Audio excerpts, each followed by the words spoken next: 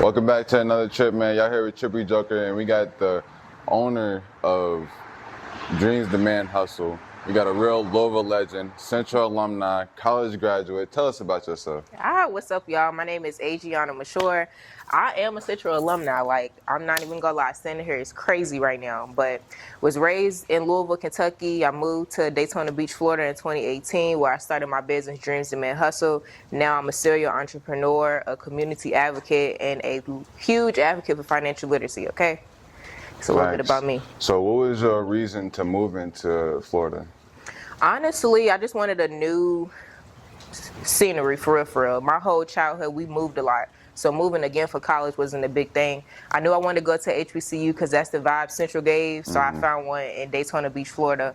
I applied, got accepted, and the rest is history. Thanks. So what advice would you give to new high school graduates and people that's been in the college? First of all, work hard. Don't give up. Do not give up. If you can't figure it out yourself, find some help to help you figure it out, and remain positive. Pour positivity in yourself because it's a lot of negativity out here. Thanks. And what do you plan to do with your degree? So I plan to, like I said, I'm a community advocate. So I plan to be able to use my knowledge, my resources to create a space where people who didn't have those resources can come and learn about business, learn about financial literacy, even learn about the importance of networking, which I just got my degree in events. So creating spaces where they can come network and meet people who will take them to the next level. Yeah. That's kind of in a nutshell. Thanks. So did you always have a Dream Demands Hustle? Like, did you always have that title, or did you grow into that? I grew into that. I started my business 2019, so I was like a sophomore in college. And I prayed about my business name, and God woke me up on my sleep. And that was the one he gave me. And I have just grew into it and evolved ever since, like the last 5-6 years. Yeah, that's dope. And we've been seeing your growth, because it's great to see where like someone starts to where they at now and like to where you're going. What does Dreams Demand Hustle mean to you? So it just means simply what it says. We all have dreams, right? But in order to achieve them dreams, we have to hustle. So dreams demand hustle, literally. That's literally what it means. That's dope. That's like saying faith without works is dead, but just in another way. That's dope. Exactly. So can you tell us about a time where like you failed to hustle, but then you reminded yourself like it's okay, like I'll just get back to it? Yeah, I can tell you about a time. Let's see. So when I first started college, I was hustling, but I ended up getting a little bit comfortable. And I realized that comfortability was not going to get me nowhere. So I had to ask myself, how bad do I want it? How bad do I want to get to the dreams I'm trying to achieve? And I just locked in, and what helped me was surrounding myself around positive people. Like, we can do a lot by ourselves, but without people pouring into us, the journey is going to be 10 times harder. So that's what helped me. Thanks. So can you speak on any connections that you made in college that is benefiting you now, or that you see yourself doing in the future? Yeah, so I've made a lot of connections, but it really started at Central. My best friends from Central is my community to this day. And then when I got to college, they came, not literally, but they came with me to college, spiritually, I guess you could say. And then from there, I started meeting people there, but the staff and faculty was my connections. Like, they was giving me opportunities, and I ain't missing no opportunities. So I was taking advantage of every opportunity they was giving me. And that was from this lady named Miss Bonner. She introduced me to a female GOAT in the insurance industry, who later paid for me to get my license. So now I'm a licensed life insurance broker. So now I'm really trying to push financial literacy in the community, because a lot of us don't know it. So that's just one connection, but I got tons. What would you say is your target audience with your business? So my target audience is simple. It's anybody who's willing to put in the work to get to the life they're trying to get to. If you're going to be lazy, if you're going to make a whole lot of excuses, you're not my target audience. That's real. So y'all tap in with her for sure. What's your Instagram? On Instagram, my personal page is asv.aa. My business page is ddh_co. Facts. Y'all go tap in. And can you speak on using like your resources to benefit or maximize your opportunity? Let's see. So I say that any resource you get, which I'm gonna go a little depth with, like reading. We can even talk about social media. There's so much knowledge on social media. You have to use your resources to see how you can shape it to how it's gonna help you. Every resource is not for you, but at least you can do is try the resource to see if it's gonna work. If it don't work, move on to the next one. But we have a lot of resources that people don't understand. We got I don't know why niggas don't read. I'm sorry, but I don't know why they don't read. That's the number one thing is reading. Not real talk. And then social media. Yes, you can scroll, laugh all day, but a lot of knowledge I got came from being on social media and learning from other people during COVID. During COVID, I was learning about business, credit, life insurance, all types of stuff. So I hope to answer your question. No, definitely. So, but I want to go more in depth with it. How do you use your discernment with all the information that's on Instagram and with these other people? Because you can get information overload and get analysis paralysis. So how do you balance that? So that's true. You definitely can get information overload. And what I think I have done that I feel like anybody can do is ask ourselves, what is our goal? What is our end goal? So for me is to leverage, for example, credit so that I can live a rich auntie life. Right. So the resources I soak in the most is anything that has to do with credit and business credit. Because all this stuff, like, people be using leveraging credit to get what they need. Cars, houses, funding, all types of stuff. Yeah. So discernment, I feel like, is really based on what your goals are. Like, say my goal is to buy a house. I'm going to educate myself and use resources that's going to help me get that house. Thanks. Or personally, along with credit, business.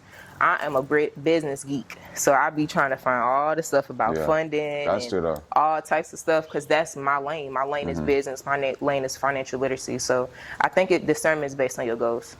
Thanks. And I heard you say something. We gonna switch the topic a little bit. You say you're a rich auntie, but we just seen you got engaged. Talk about it. Talk about it. Okay, so first of all, I'm still on cloud 9. And what's so crazy is God really bring people in your life who you don't know how things is going to turn out. My fiance, we started off as friends. We met in computer class. And dude was trying to... No. At Bethune-Cookman. Yeah, at Bethune-Cookman. We met in computer class and he was goofy. He was just trying to joke with me. And then I remember the first day I met him, dude came and tried to hop in my car. He was like, can you give me a ride to my dorm? And after that, it was history. Like, we started off as friends, just learning each other. And he was a huge support system for me. Like, that's important. He was there for me a lot. And we went through our rocky ways, and then we circled back in 2022 from a cruise. He invited me on a cruise. And since that cruise in July 2022, I've been with him every day.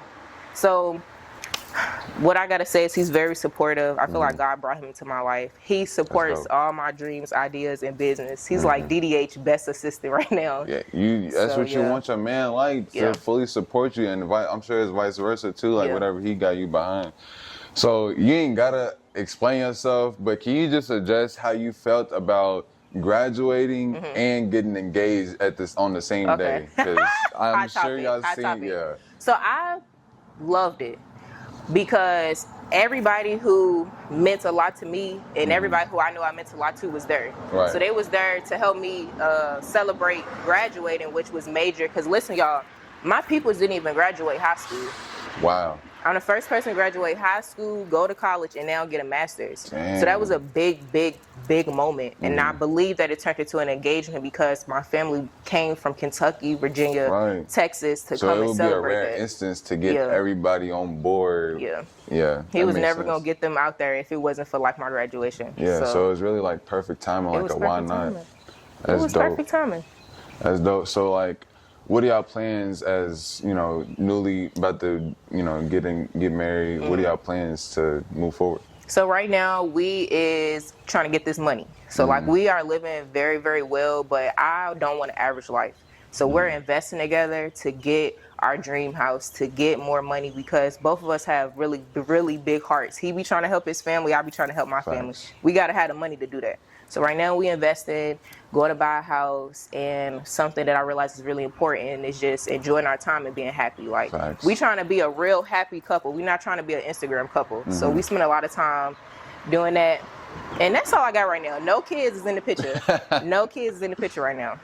Yeah, that's good to know, because like y'all can stay focused on what y'all want to do instead of another human being, which, it's possible, but it's not the most strategic or logical.